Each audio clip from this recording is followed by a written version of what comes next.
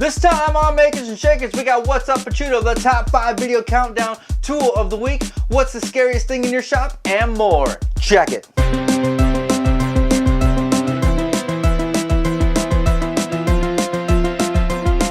Welcome, my friends, to episode number 8 of Makers and Shakers, the show that highlights people shaking it up in the world of woodworking, art, metal, crafts, and building. How are you doing? Let's talk about my book. I will sell signed copies starting on Tuesday.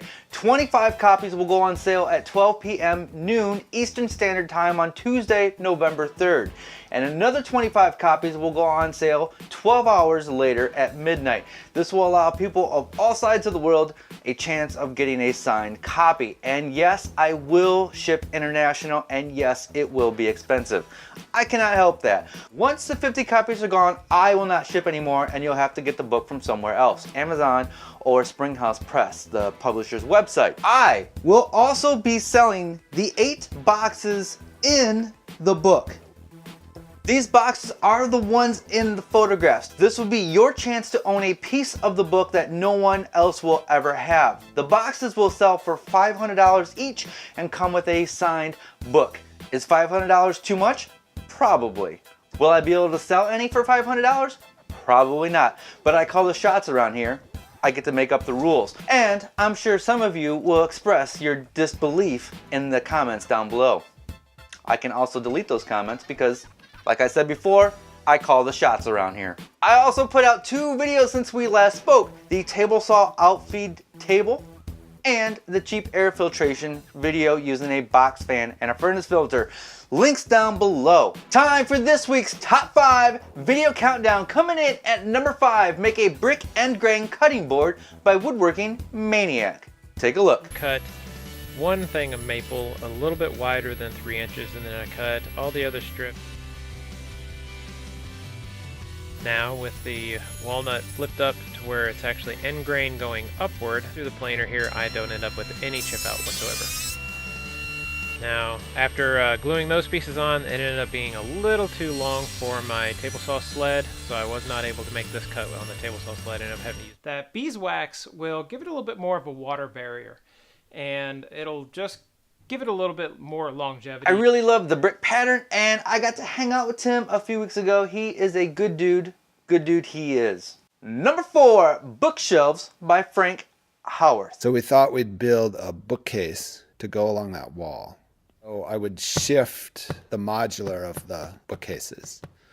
And what this would give us would be a single sheet of plywood between each set of shelves, same place on each top and bottom piece, so that my bays on the shelves would all be exactly the same width. So it should be really useful. And my parents really seem to like it, so that's good. The great thing about Frank's videos is the projects are part of a bigger story. It's more than just a guy making stuff. There's a reason and a purpose to his vids. Good stuff. Number 3, Last Man Standing by Flinn Co.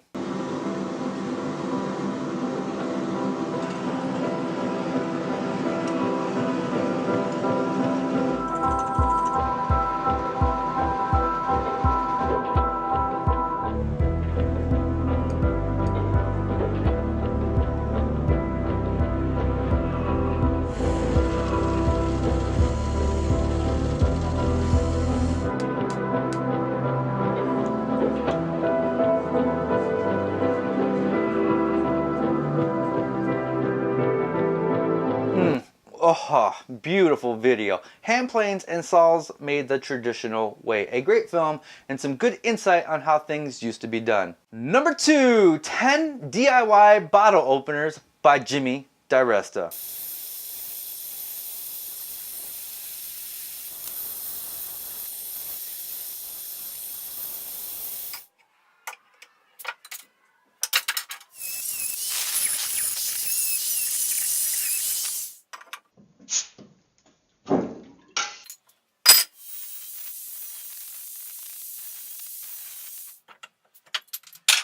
Great video, clever dude. Also, a great exercise in problem solving. Good stuff. And number 1, the Extreme Rocking Chair by Make It Extreme.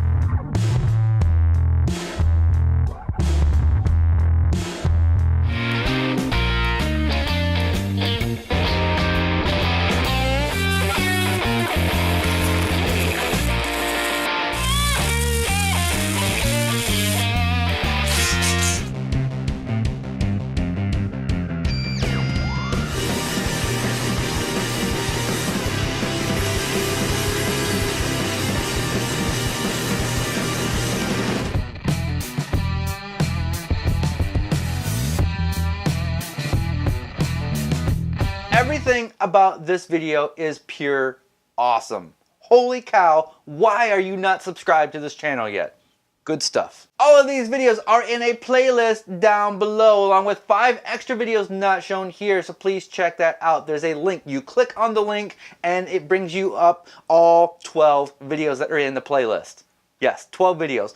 5 that I just showed you, 5 more, plus my 2 videos that I put out since last time. Check it. You've already heard me talk about my new watch from Jord. You already know that I love it. You know that my wife loves hers. Some of you have even sent me emails asking me what I think. This thing is beautiful. Just take a look at this. It is so beautiful. And at a couple different woodworking events, I've had people come up to me and say, hey, can I take a look? And everybody walks away with the same opinion. That is really nice. It's beautiful. It is well done. And now you have a chance to win one for yourself. There is a link in the description down below. This takes you to their website and you fill out a very short form, and that will give you a chance to win one of these watches. The winners will be announced on November 13th. So take a look, check that out. Many of you have already told me that this watch is on your Christmas list, as it should be. It is it's beautiful. So thank you, Jord, for making these videos possible. Can't thank you enough. Great company, great watch. Check them out. It's time for the Amazon Tool of the Week. Every week I show you a tool that I personally use and provide you an Amazon link to that tool. Purchasing anything on Amazon through the provided links helps support this show. And this week's tool is CA glue and activator. Many of you already know the benefits of CA glue, which some of you might know it as crazy glue or super glue. Did you know that you can speed up the process even faster with activator? So with CA glue, you put it on the piece and you bind it together, and you have to hold it for a few seconds and it bonds. With the activator, you put the CA glue on one piece, you spray the other piece with the activator, you put the 2 pieces together, it's an instant bond. You've seen many woodworkers use this technique for instant bonds. In the video that I'm currently putting together for this Vox mask, video soon, I'm using the CA glue method. These accent pieces are put on with CA glue with the activator on the mating piece, and instant bond. No clamping, just instant awesome bond. This company, the 2P10, they make a thick, medium, and gel versions of the glue for various purposes. I personally like using the thick and the activator. Check this stuff out. There's a link down below, and then look for the mask video coming soon where you can see this technique in action. Earlier this week on Facebook and Twitter, I asked you, in the spirit of Halloween, what is the scariest thing in your shop? Here's how you responded. Spiders. When my bandsaw blade snaps. Not really dangerous, but it scares the bejesus out of me every time. Dude, I hear ya. My pile of unfinished projects. Dude, I hear ya. The deadline. I see what you did there. I have some small bats that live in my shop this time of year. They'll fly around when I turn on the lights. Scares the crap out of me every time. My wife, when she walks in and sees me mixing epoxy in her measuring cup. Dude, William. Same problem here, except it's not measuring cups. I keep using her canning jars. I'm an idiot. Me, because sometimes I do stupid stuff with dangerous tools. Probably this drawer of dowel parts.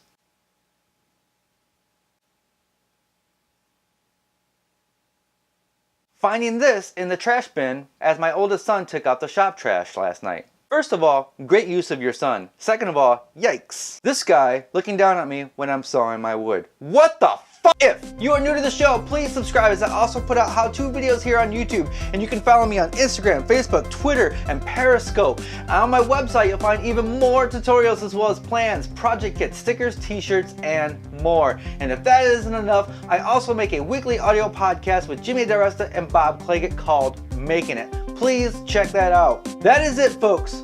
Be safe, stay passionate, and make something. Hey guys, it's me. Just wanted to remind you not to give up on your dreams.